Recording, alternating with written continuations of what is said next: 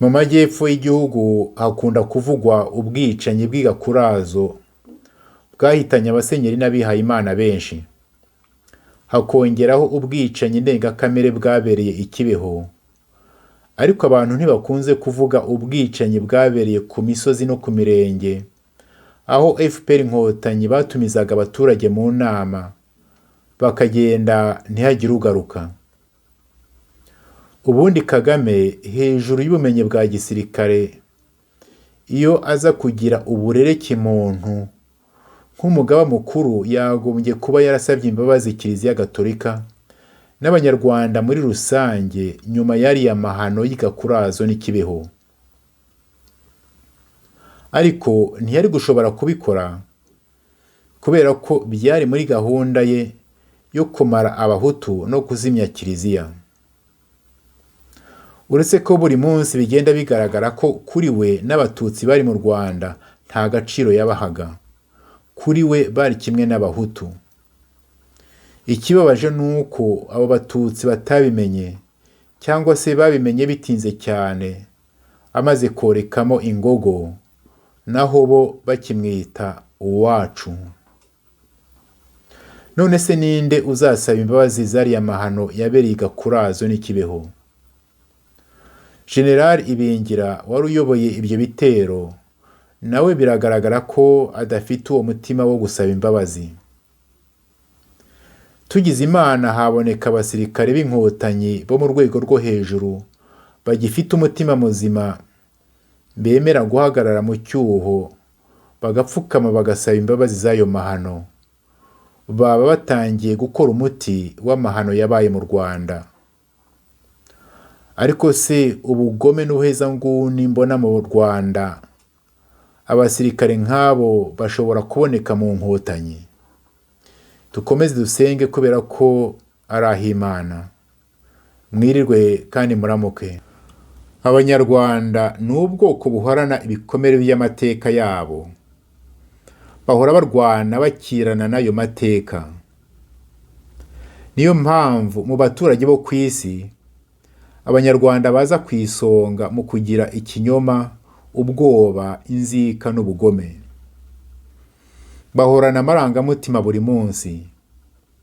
Iyo myifatire rero ijya gusa n'iy'abarwayi bo mu mutwe, ku buryo batabasha kwisobanurira ibibazo byabo no kubishakira umuti. Uburwayi bw'u Rwanda, uburwayi bw'Abanyarwanda buzakenera imiti myinshi kandi inyuranye. Ntabwo umuti umwe wahaza, kandi buri munyarwanda aho ari hose, uko ari kose, afite kuba muganga w'u Rwanda n'Abanyarwanda. Ku giti cyanjye, niyoroheje kandi ntisimbukuruje, ndashaka kwereka Abanyarwanda imiti ibiri. Umuti wa mbere ni uyu nguyu.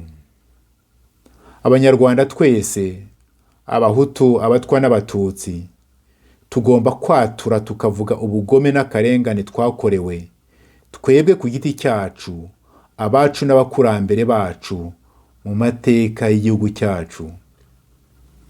Iyi ni intambara Abanyarwanda bagomba kurwana kandi bakayitsinda, kubera ko bamwe, ku mpamvu zinyuranye, batifuza kumva akababaro k'abandi. Burya umuntu ukubujije kuvuga, aba akwishe. Niba ushaka kubaho, haranira uburenganzira bwo kuvuga ibitekerezo byawe. Umuti wa kabiri uherekeza uwa mbere ni uyu nguyu. Abanyarwanda bashyirwa mu majwi mu guteza ako kababaro, bagomba gupfukama bagasaba imbabazi umuryango nyarwanda. Ku mahano yakozwe kera mu mateka, kandi yateye akababaro kanini mu mitwe y'Abanyarwanda benshi, hazagombe haboneke igurupe y'Abanyarwanda bemera guhagarara mu cyuho cy'abakurambere, maze bagasaba imbabazi Abanyarwanda. Aha naho ni intambara itazoroha mu mitima no mu bitekerezo, kuko benshi bazazamura ya mvugo rukonyozi ngo icyaha ni gatozi, ko ntawicuza ibyaha by'undi. Ibi byose ni byo, ariko ntibibagirwe ko hano tutari mu rukiko, ko ahubwo ari uburyo bwo kuvura imitima n'imitekerereze y'Abanyarwanda. Ntimuvuge kandi ngo ni ukuzikura kaboze. Ntabwo kigeze kazikwa kubera ko kakinukira Abanyarwanda. Ni intambara itazoroha mu mitima yacu, ariko tugomba gutsinda. Ibyo byose bifite gushyirwa ku rubuga nkoranyambaga Abanyarwanda bose bashobora kumva no gusoma. Impanuro y'icyitonderwa.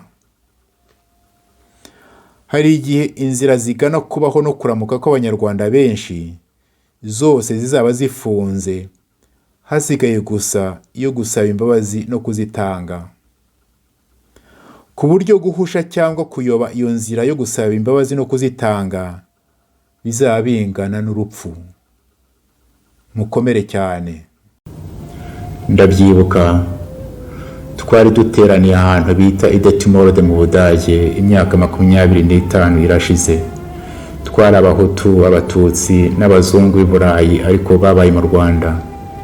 Twarimo abihaye Imana, abapadiri, abapasitori n'abarayiki. Twamaze icyumweru dusenga, dusabana. Ariko ku munsi wa nyuma habaye ikintu gisa n'igitangaza.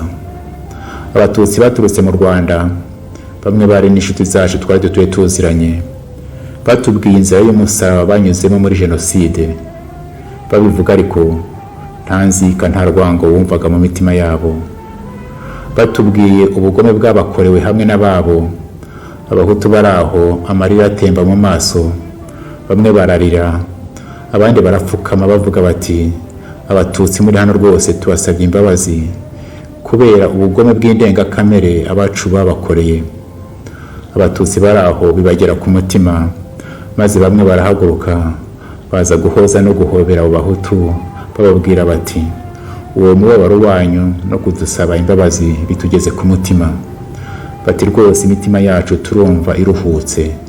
Bati byongeye kandi Abatutsi natwe twagombye gusaba imbabazi Abahutu.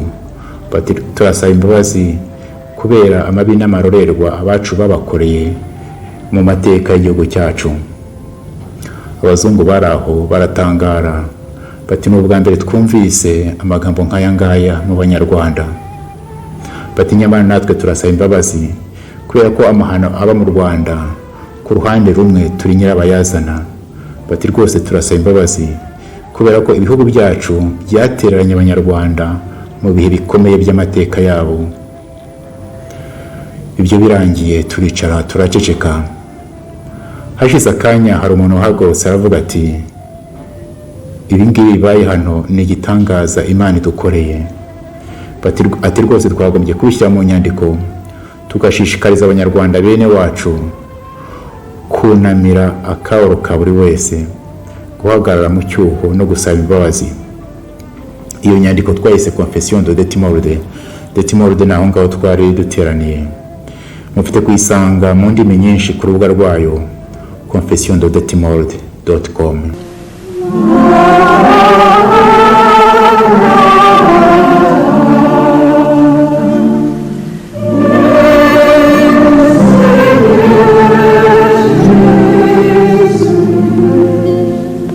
Mu bantu basinye iriya Confession y'Idetmolde, bamwe baratabarutse. Murambasabira ngo Imana ibahe iruhuko mu bayo. Igisohoka mu mpera z'umwaka w'1996 yakiriwe ku buryo butandukanye mu Bahutu, mu Batutsi no mu banyamahanga. Ubwo bamwe bayishimaga bati niyo nzira nyakuri u Rwanda rwagombye kunyura, abandi barayirwanyaga, harimo abapadiri n'abasenyeri bamwe. Hari n'abambwiye ngo kuri Radio Rwanda icyo gihe batangaje Confession y'Abahutu, iy'Abatutsi barayihorera. Rwose ndemera ko iriya Confession y'Idetmolde ifite kubera Abanyarwanda inganzo y'ubwiyunge, bakava mu kangaratete ko guhora bitana ba mwana imbere y'amahano yabaye mu Rwanda. Wigira ubwoba bwo gutega amatwi akababaro kundi maze ureke kakugere ku mutima. Nawe kandi wigira ubwoba bwo kuvuga akababaro kawe, nta rwango, nta nzika. Wigira ubwoba bwo gusaba imbabazi abo wakomerekeje. Niba kandi abo bakomerekeje baritabye Imana kandi ukaba ubana n'abantu bagifite ibikomere ku mutima, wigira ubwoba bwo guhagarara mu cyuho no gusaba imbabazi. Wowe undeba kuri iyi video muri aka kanya, ndakwinginze ngo wohereze iyi video ku banyarwanda bose uzi. Ntukike ko ari amafaranga za views nshaka, dore ko amafaranga yaca ibintu muri iki gihe. Ahubwo ndashaka ko abanyarwanda twese twashyira imitwe hamwe, tugashaka uko twahurira mu gacaca, maze iriya confession ikatubera inganzo twavomamo ibikoresho byo kubaka u Rwanda nyarwo no kwiyubaka ubwacu. Kubera ko uyu mwaka iriya confession izagira yubereye imyaka 25, nzajya nza buri munsi duhurire kuri channel bita Confession de Detimorde kugira ngo duhanurane.